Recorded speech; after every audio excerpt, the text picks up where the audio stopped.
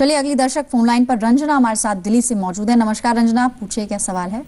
हाँ जी, मेरी एज है 44 और मैं पेंशन प्लान लेना चाहती हूँ अपने लिए जी। तो क्या जीवन तरंग में इन्वेस्ट करना ठीक रहेगा? जीवन सरल अभी आपने लिया तो नहीं है? नहीं, अभी लिया नहीं है। ओके, जीवन सरल पर आप लेंगे। कुछ आपने और इन्वेस्टमेंट्स करे हैं, कोई पीपीएफ खाता या एनपीएस में? हाँ जी, पीपीएफ है मेरा। पीपीएफ है ऑलरेडी, चलिए। LIC भी है। ओके, आपने कुछ मेंशन किया था एनपीएस को लेकर भी, आपने जो एसएमएस किया था? हाँ, एनपीएस के बारे में भी जानना था कि वो बेहतर रहेगा या जीवन तरंग में इन्वेस्ट करना। ओवरऑल रिटायरमेंट प्लानिंग यहाँ पर पर्पस है। और बलवंत साहब, इनकी उम्र जैसे इन्होंने बताई 44 इयर्स है, हाउस वाइफ है ये, पीपीएफ खाता ऑलरेडी है, उसके अलावा एनपीएस को लेकर भी आपसे राय बनाना चाह रही हैं कि एनपीएस भी इस उम्र में, इस पड़ाव में क्या इन्हें शुरू करना चाहिए। और साथ ही जीवन तरंग इन्होंने एक पॉलिसी बताई है, जीवन सरल से कंपैरिजन भी चाह रही हैं। LIC पॉलिसीज जितनी भी मौजूद हैं, बहुत समय से ये पॉलिसीज बाजार में मौजूद हैं, किस तरह के रिटर्न्स एक्सपेक्ट करें, क्योंकि ट्रेडिशनल पॉलिसीज हैं। और फिर जैसे हमने शो की शुरुआत में ही बात की थी, इन्वेस्टमेंट को अलग रखें और इंश्योरेंस को अलग, किस तरह से आगे बढ़ें। और अगर अपने लिए कॉर्पस बनाना ही चाह रहे हैं रिटायरमेंट का, तो किस विकल्प को इन्हें चुनना ठीक होगा?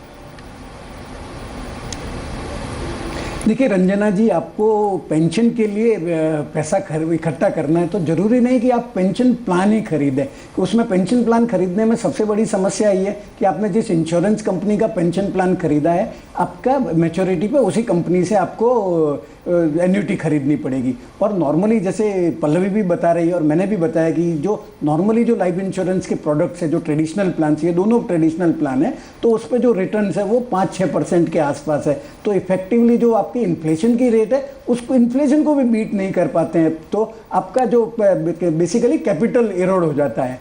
आपको अगर इन्वेस्ट करना है और एक्यूमुलेट करना है कॉर्पस, तो जैसे आपकी 44 की उम्र है, मैं 16 साल और गिनता हूँ 60 के, तो आप इक्विटी में और अपना पीपीएफ में 80% और 20%। इक्विटी में आप जैसे बताया मैंने, 2 फंड बताए हैं म्यूचुअल फंड में, वो रेगुलरली मंथली आप सिप करते रहिए, उसमें इन्वेस्ट कर सकती है। जहाँ तक प्रश्न एनपीएस का है, एनपीएस बेसिकली लो प्रोडक्ट है, परंतु उसमें क्या है कि आपको 60 साल पूरे होने के बाद में पैसा निकालना पड़ेगा और उसमें जो 40% है उसकी मैंडेटरीली आपको एन्युटी खरीदनी पड़ेगी और 60% आप जैसे चाहे वैसे यूज कर सकती है। परंतु सबसे बड़ी रेस्ट्रिक्शन उसमें ऐसा है कि जो आपका इक्विटी एक्सपोजर है वो 50% से ज़्यादा नहीं जा सकता।